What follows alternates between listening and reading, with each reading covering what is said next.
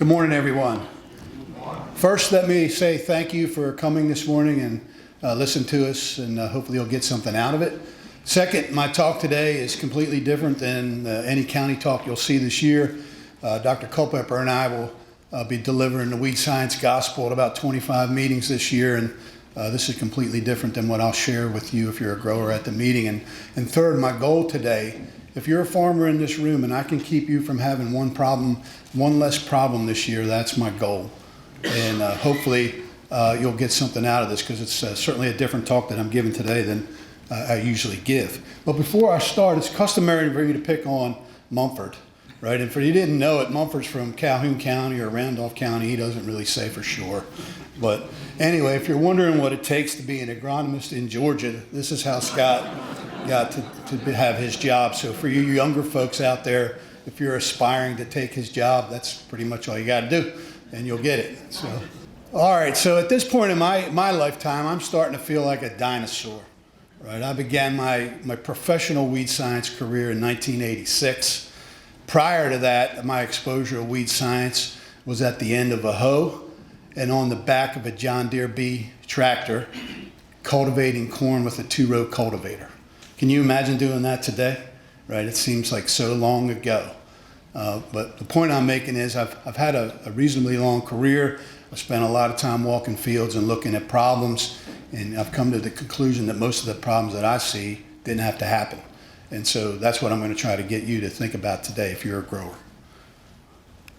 All right, now in a previous life I used to be an athlete, so if you don't know who John Wooden was, he was a very famous basketball coach. And he had this quote. It says, "It's what you learn after you know it all that counts." And I want you to know that as I stand here and I talk about the problems that I'm going to share with you, I don't have all the answers. I don't think I know it all. I'm learning every year, and I will continue to learn. My goal is, I've been 34 of my 40 years have been in extension. All I ever want to do is try to help farmers make a living. All right? So let's talk about a few problems, and again, part of the theme today was where we might be able to save money. But if you think about problems on your farm, every time you have a problem, it's costing you time and money, right? And sometimes it could be big money depending on what the problem was. And so if you think a little bit more about what you're doing, maybe we can prevent some of these things that tend to happen from time to time. All right, first one. This happened. I was on my roof. It was right at the beginning of planting season in 2025. And Mark, if you could keep me on, make sure I don't get too long, because I might start pontificating as I get older. All right, man. So I was working on my roof one Saturday morning, right at the beginning of planting season this year, and I got a call from a consultant, and he said, "Why isn't atrazine in the weed control guide for peanuts?"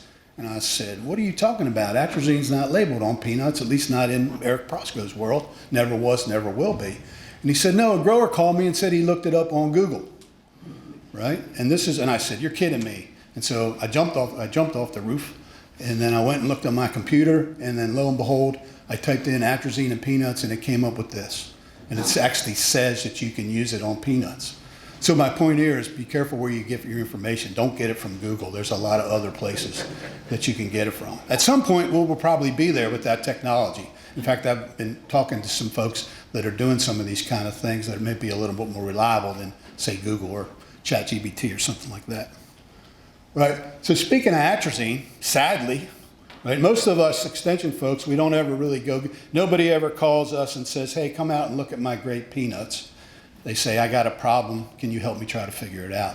Sadly, over the last couple of years, we've had some atrazine get on peanuts for various reasons, whether it was sprayer contamination or actually the wrong jug got delivered and somebody didn't look at the jug before they sprayed it. And so here's 2 fields where it got treated with atrazine. So you might be wondering, okay, well, what does atrazine do to peanuts?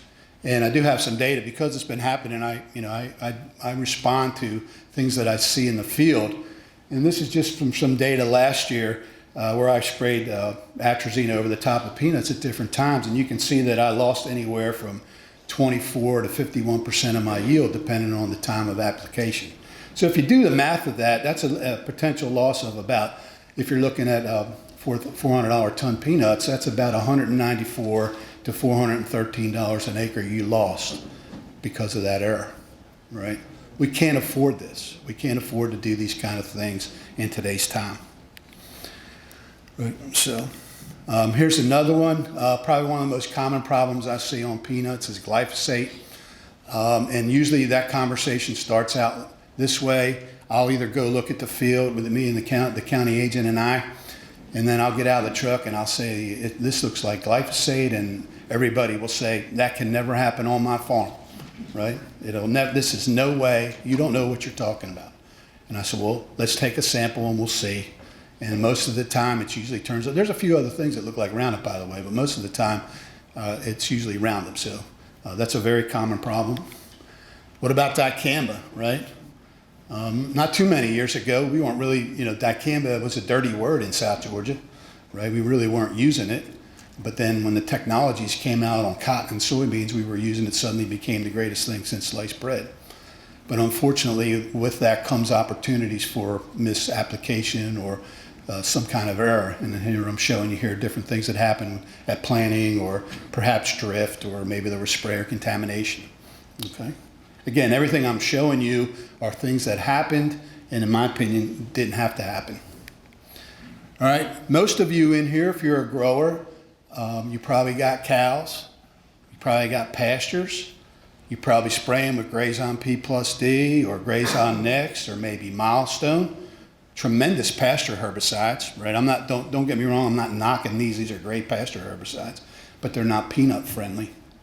Right, so if you use those in a pasture and you're going to convert that pasture into peanuts, you need to wait at least 2, probably 3 years before you think about putting peanuts back in that field. Right. Also, you can have contamination issues with your sprayer, and the one on the left was a sprayer contamination on your left, and the one on the right was a carryover. All right. So just keep that in mind. Again, most of you have cows, and you got to control weeds in your pastures. All right.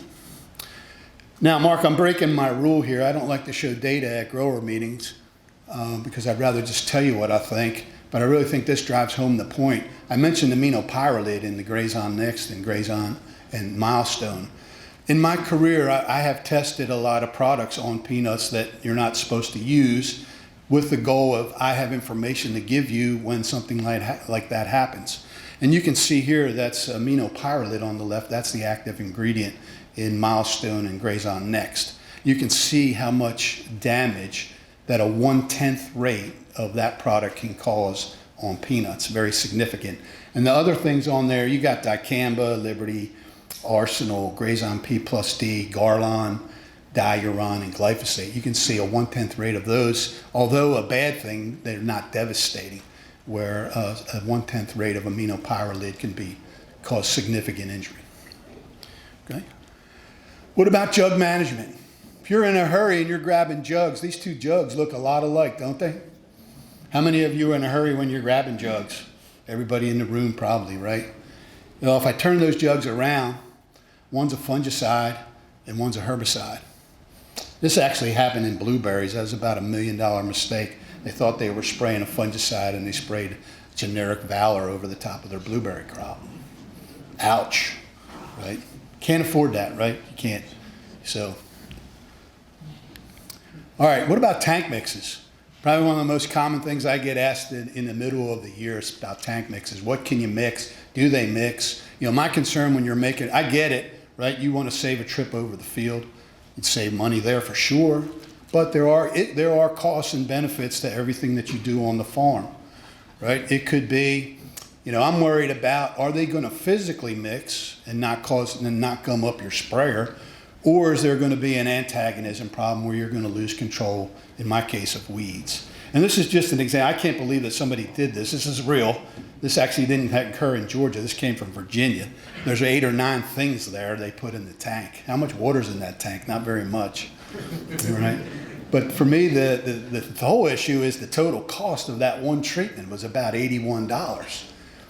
My entire peanut program that I'll give to you is about $50, right? So there's a lot of money spent here. I would love to visit with that grower and see what is causing him to think about that specific tank mix. Why is he thinking that he needs to do that? How is it working? Are you having any problems? What's going on with your sprayer? That kind of thing. All right. What about zinc? And I see Doug. Where's Doug? Doug's here. You know, Doug, one of the most, I'm not a soils guy, and it's not that hard to be one, by the way. Because, right, Glenn? Right, Glenn? So I would say every year, probably at least 5 to 10 times, me and Scott, a lot of times now, Scott and I do a lot of troubleshooting together. We'll go into fields, and most people want to blame this on Valor, right? And it happens to be zinc, right? And if everybody in here hopefully knows there's an awesome relationship between soil pH and zinc. And even though I'm a weed scientist, I was an agronomist first, and I would argue with everybody in this room that if your soil pH isn't right, everything from there is going to be going downhill. And it's one of the easiest things you can fix. But with that said, although most of you are probably grid sampling now, don't assume because you have a 2.5 acre grid sample that you're alleviated from some of these problems that you can have, because you may have not picked up your pH in that particular spot. Remember, be on the lookout for old pecan orchards, old hog barns, where the zinc tends to be higher. But this is a common problem. Again, I don't think we know that this can be a problem, so you can fix that before you get to the field. All right, so why do these problems happen, right? So really, if you get down to it, to me, it's rush, rush, rush. Anybody that works with me, they say I walk around, I'm always going, right? And farmers are always going, rush, rush, rush. You got to plant on time, you got to spray the time, you got to harvest on time, you got to pay the banker on time, maybe, right? So what about weather and wind? We can't spray when it's windy, right? Or it's raining, and so that puts pressure on you to make decisions that you probably don't want to make. You get equipment breakdowns or whatever happens with machinery, and then the last thing, is probably the most important, is people, right? All of us in here are fallible. Nobody's perfect. Everybody makes mistakes. I've been with my wife since I was 18 years old, and I make mistakes every day, and she can tell you that for sure. So we can't fix the people thing. We're all going to make mistakes. But if we can think just a little bit more about what's going on when you're doing it, maybe we won't see some of these problems. So I'm going to go over these real quickly. Hopefully my time's still okay. I'll just summarize them here and maybe get you to think a little bit more how you can prevent problems from happening on your farm. The first one I'm going to say is phone a friend. Remember that show, You Want to Be a Millionaire? Glenn, I think I remember when that first came on, we were watching this at your house one night, right? And one of the things you can do is phone a friend. So if you're not 100% sure of what you're about to do is a good idea, call somebody. It takes 2 seconds. Most of us on the peanut team, we will pick up our phone any time of night or day, Saturdays or Sundays. If you're not sure, you call our agent, they can get in touch with us, right? So call. Now, if you are friendless, sorry, you probably should have made some better life decisions. So I'll be your friend if you want me to be, okay? Now, county agents get mad when specialists show their agents our personal phone numbers on the screen. I will promise you, I've never gone to a county without a county agent, and I never will, all right? So, but the point being, there's a lot of people you can talk to before you pull the trigger on a potentially bad decision. All right, what about jug management, mixing, and loading, right? If you look at the picture, how many on your places again, I've worked in 3 areas of the country with farmers in the Northeast, the Southwest, and the Southeast. And every farm you go to has different ways of managing jugs. A lot of times you see something like on the left-hand side, it's busy, there's a lot going on. But if you look at the right-hand side, that's when we're getting ready to spray fungicides on my peanuts. I pull out what I need for the day, and then we don't have an opportunity to pick up a jug that's not supposed to be there. That happens all the time, okay? So what's better, the one on the left or one on the right? All right? What about this? Probably number one reason we have problems, right? You got unlabeled jugs, right? And for me, a lot of times it comes from glyphosate. Let's say you got a big tote and you got a gallon in there left, you're trying to get it out, and you tell your man, hey, go grab that jug over there and put that Roundup in there, but don't worry about it. I'll remember that it's Roundup, right? I don't remember what I did this morning, right? So if it doesn't have a label, don't use it. When I say stick your head in the tank, now I don't mean literally doing that. The point is, how many times has there been what I would call heel in the bottom of the tank? That would be what's left over. You think it's water. You look in the tank, it looks like water, but it may be there's 10% of what you just sprayed in that, the last load that's going to be in there to cause you a problem down the line. So just think a little bit more about how that sprayer was cleaned. Did you do it or did somebody else do it? And if somebody else did it, did they really do it? Right? You don't know if you weren't there. You are assuming that's going to happen, but maybe it did it. All right, I think he's here. Brett, is that you over there I see? I'll give you a little kudos to the Cochrans. They shared this with me over in Worth County. This is something that they do in their sprayer. You know, Valor spray, cleaning out the sprayers of Valor has been one of our biggest issues over the years. Valor's been a tremendous herbicide for us, but let's face it, it does get hung up in sprayers from time to time. And so they came up with a great idea, and I asked them, I think before, if I could share this picture. They basically put a long, like test tube scrubber on a long pole with an electric drill, and they run it down this line after they're done spraying Valor. And then guess what? If I'm not, I hope I don't go out on the limb, Brett, they really never have any problems with Valor in their sprayer, and they spray a lot of Valor. So that's something to think about, how you clean your sprayer. All right, what about the pesticide containers, right? If I was king, I would decree that all pesticides have to be the same color. Herbicides, fungicides, insecticides, the jugs ought to be the same color. That way, at least that's one more opportunity for somebody to recognize that maybe we have a problem. Some of our companies have color coding. You may not have realized it.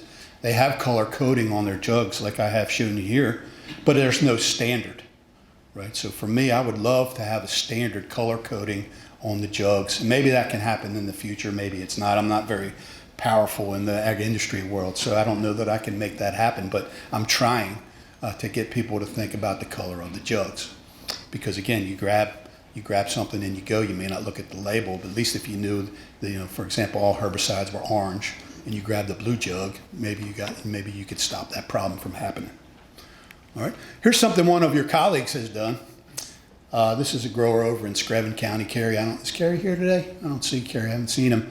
You know, of course, when dicamba is on the farm, that's always an issue.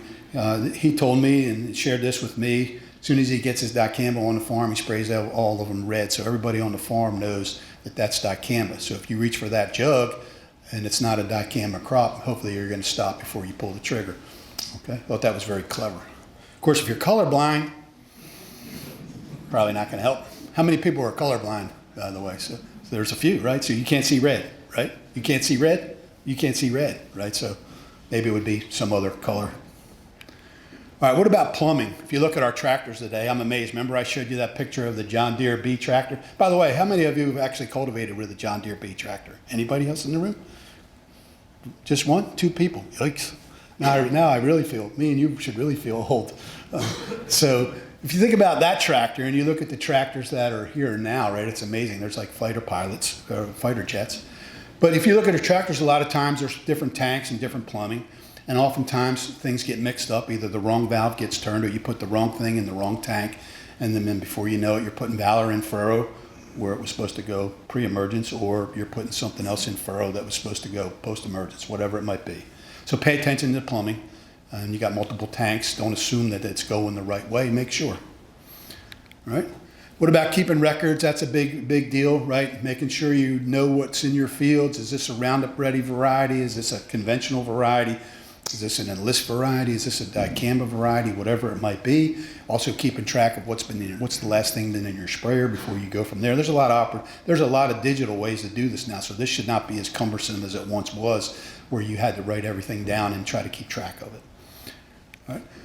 What about reading the label, right? You know, let's face it, again, I've been around for a while. I'm pretty sure nobody ever really reads the entire label. I barely do. I have to when we're doing the pest management hand guide so I don't miss anything. You know, you take the Roundup Power Max label, it's 29 pages long. It's the small print, it's tough to read. You know, it can be difficult to get the information there. But really, there's a tremendous, think about it. It took about 12 years, roughly 12 years, and over $300 million to get that pesticide from the laboratory to your farm. That's a ton of information in there, a lot of data, a lot of research. There's a lot of good information in there.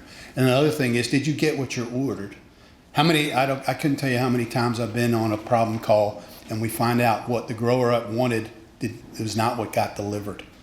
And they assumed it was on the truck, and they grabbed it and then sprayed, and then they had a problem, okay? All right, there is some label reform going on. The weed science community has been leading this effort, and what we're trying to do with this is to get all labels to be the same in terms of where is that information.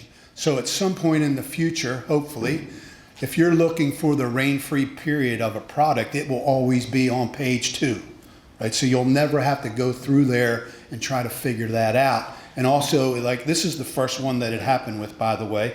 This is a fruit thinner. And if you look at this label, there's a highlight section on there where you can get the really useful information right up front. You know, this is the crop, this is the RUI period, this is the rain-free period, that kind of thing. All right, so that's the way we're going. Hopefully we'll get there. It's probably going to take a little time to get industry to completely embrace that. All right, nix the mix when you can. Look at that mix, right? If you look at the bottom, is my time okay, Scott? Is he standing up? 2 minutes? All right, I'm almost finished. All right, so I get it. Try and solve all of your pest and fertility problems in one application. You want to save a trip, but remember, the more products you put in the tank, the more problems that you have. Mixing order is important. The order that you put the different chemicals in there matters. If you don't do it the right way, you can get what happened there on that particular sprayer. And it's impossible for folks like me to get enough good data to have answers for every tank mix that you have, because there's an infinite number of tank mixes. All right, weather and common sense. So if the wind, if you're getting ready to spray like in this picture, and the wind's blowing towards the corn, don't spray paraquat, right? Or don't spray Liberty, because it's going to blow on the crop that's next door. There are apps out there now that you can look at so we can know better when there's an inversion. And if you're like me, an old timer, remember the Weatherstone, right? So if your Weatherstone is swinging in the wind, don't spray, okay? And that's it, Scott. I'm going to stop there. Again, I appreciate your time. Again, my goal is not to make fun of anybody or any problem I've ever been on. I want to keep problems from happening on your farm in 2026. So thanks again for your attention, and I'll be happy to visit with you now or throughout the day.